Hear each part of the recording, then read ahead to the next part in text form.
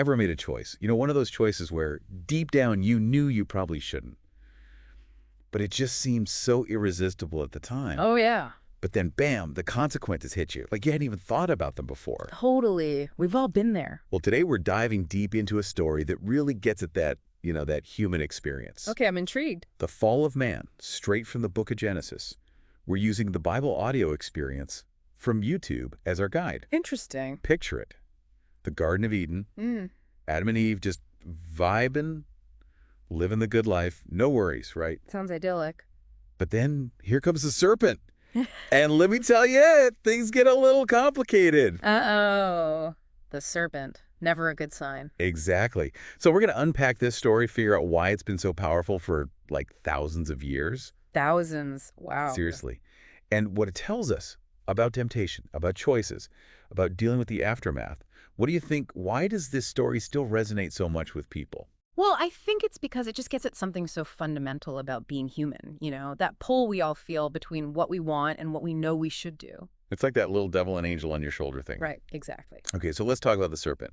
Genesis describes it as more subtle than any other animal. Subtlety. Interesting tactic. Right. It's not like a big scary monster forcing Eve to do anything. It's more like a clever whisper in her ear. Remember that line? Your eyes shall be opened, and ye shall be as gods, knowing good and evil. Oh, yeah. Talk about playing to someone's ego. Totally. Who wouldn't want to be like God, right? It's all about appealing to Eve's curiosity, maybe a bit of ambition, maybe even a little rebellion against the one rule they had. It's like the ultimate sales pitch, and Eve, she just can't resist. I mean, it's fascinating to me that eating this forbidden fruit is what suddenly opens their eyes to the whole concept of good and evil. Right. It's like before that, they were just innocent, naive even. Like they existed in this childlike state, just pure simplicity. Right. No stress. Exactly. And the fruit, it's not just about knowledge. It brings awareness, sure, but also shame, guilt, and this realization that they're vulnerable, that they're naked, literally and figuratively. Okay, so they take a bite. Paradise, gone, just like that. And now they're hiding from God. It makes you wonder, was it really just about the fruit itself? Or was it about something deeper? You hit the nail on the head. The fruit, it's a symbol. Yeah. What they were really tempted by was this desire for something forbidden. Power, knowledge, you name it. That forbidden fruit always tastes the sweetest, right? Yeah. But then comes the blame game. Oh, yeah, here we go. Adam blames Eve. Eve blames the serpent. Classic. I mean, is there anything more human than trying to deflect responsibility when things go south? Not at all. It's like this primal instinct. We want to justify our actions, even if it's just to ourselves. It wasn't me. Exactly. But the story is pretty clear that no matter how much we point fingers, we can't escape the consequences of what we do. And speaking of consequences, things get pretty intense. The serpent is cursed to crawl on its belly. Eve is condemned to pain and childbirth. And Adam, well, he's going to have to toil and sweat for his survival.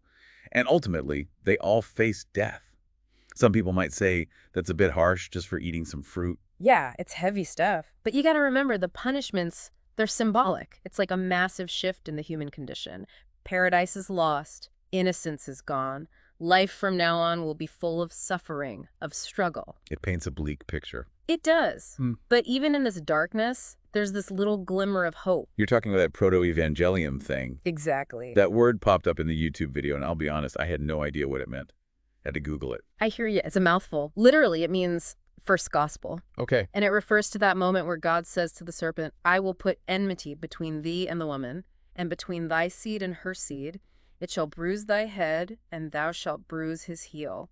It's cryptic, I know, but many people interpret this as a promise of a future redeemer, someone who will ultimately come and defeat evil. So even in the midst of punishment, there's a hint that this isn't the end of the story. Like, redemption is still possible, even after such a colossal mess-up. It's a question that's been pondered for centuries. The fall isn't just about punishment, it's about restoration, about finding a way back to, a state of grace. So they're driven out of Eden, right? Angels with flaming swords guarding the way back. It's like something out of a fantasy novel. Right. It's a powerful image. Makes you wonder, what does Eden represent to us today? What have we lost? And what are we trying to get back to? I think Eden is the symbol of harmony, innocence, a connection with something bigger than ourselves. And losing it, well, that symbolizes the separation from that ideal, A separation that, honestly, we still feel today. And our struggles and our guilt. Yeah, it's in the way we grapple with temptation, with good and evil. It's complicated. We've covered a lot. Temptation, the weight of choices, disobedience, and even a glimpse of redemption. That's a lot to digest. What do you think is the most important thing for our listeners to take away from all of this? I think the story challenges us to really look at ourselves, at our capacity for both good and evil.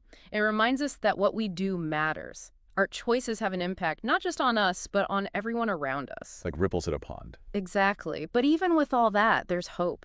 Even when we mess up, we can still aim for something better. So we're all in this together, right? We are flawed, yeah, but capable of amazing things. And who knows, maybe even Paradise Lost can be found again.